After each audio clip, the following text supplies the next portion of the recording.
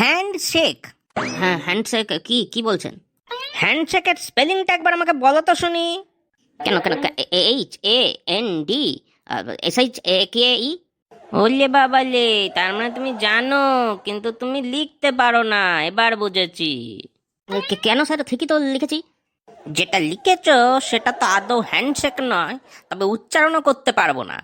H এর জায়গায় জি লিখেছো, এবার তুমি উচ্চারণ করে আমাকে শোনাও তো দেখি। GAND?